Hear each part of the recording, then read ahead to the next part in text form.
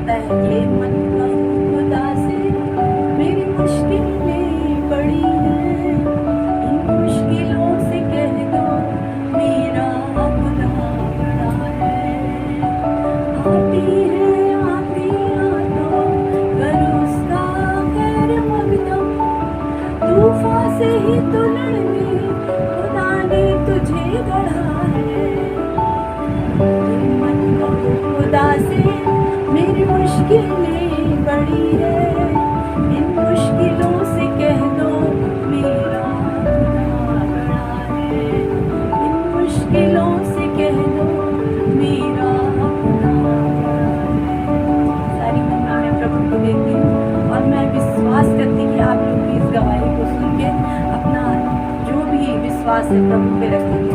और मैं जब मुझे एक गांठ हो गई थी ब्रेस्ट में और मैंने इस बात को किसी को नहीं बताया, और मैंने सोचा कि जैसे कोई स्त्री बाइबल में एक स्त्री का दृष्टांत दिया हुआ है, वो 12 वर्ष से उसको लहू बहता था और वो प्रभु पे अपना पूरा विश्वास करके उस भीड़ में घुसी, क्योंकि जब उसने सुना कि यहाँ यीशु मसीह आने वाला है, तब वो स्त्री ने इस बात को सुन के वहाँ पहुँची।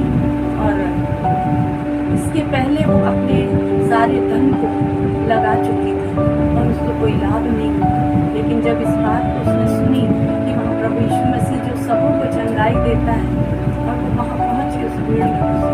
जब उस भीड़ में घुसी तब ये नहीं सोची उसने कि मैं कैसे अंदर जाऊँ, और बिना सोचे वो भीड़ में घुसे और उसके मन में इस बात को सोची कि इस प्रभु के वस्त्र को ही छूऊंगी तो मैं चंगी हो जाऊँगी।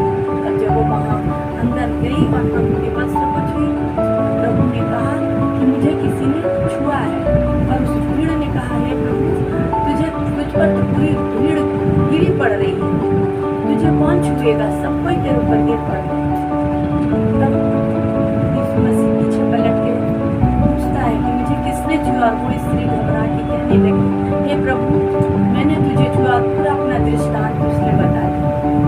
इसी प्रकार मैं भी वो विश्वास अपने जीवन में ली थी, और 2 साल होने जा रहे थे और मैंने इस बात को किसी से नहीं बताया, केवल एक और बेटी है सोनम, उसको कर बताया।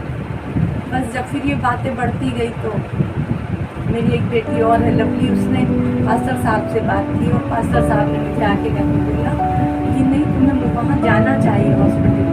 मुझे डांट भी लगाई और कहा उस हॉस्पिटल जाना चाहिए और हॉस्पिटल में जाके पता करो कि क्या है। मैंने पास्टर साहब से भी कहा कि नहीं, मैं वो विश्वास करती हूँ कि जो 12 वर्ष से लहू बहता उस स्त्री को वही प्रभु मुझे भी छुएगा और चंगाई देगा। मैं इतनी अच्छी तो नहीं हूँ कि मैं प्रभु को जाके छूँ, लेकिन मेरे अंदर वो विश्वास कि प्रभु उस स्त्री को आप चंगा कर सकते तो आप मुझे भी चंगा करेंगे, इस विश्वास को लेके मैं जी रही थी।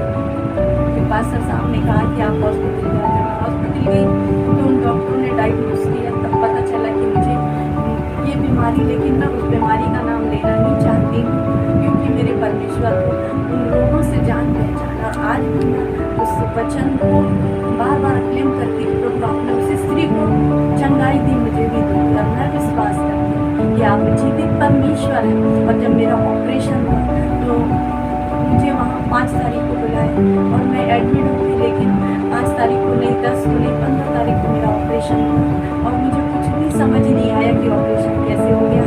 और सब कुछ प्रभु की महिमा में अच्छा हुआ। और जिन लोगों ने सपोर्ट किया था वहाँ प्रभु ने उन लोगों को रखा था।